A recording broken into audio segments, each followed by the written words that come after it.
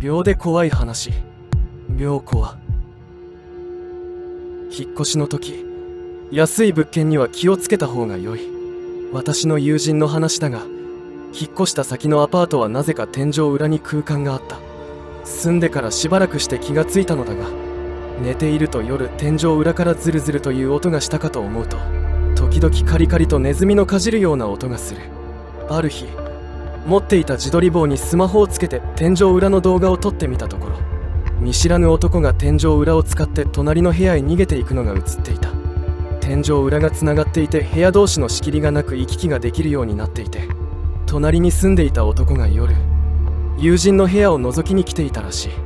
ある意味、幽霊なんかよりずっと恐ろしい出来事だった。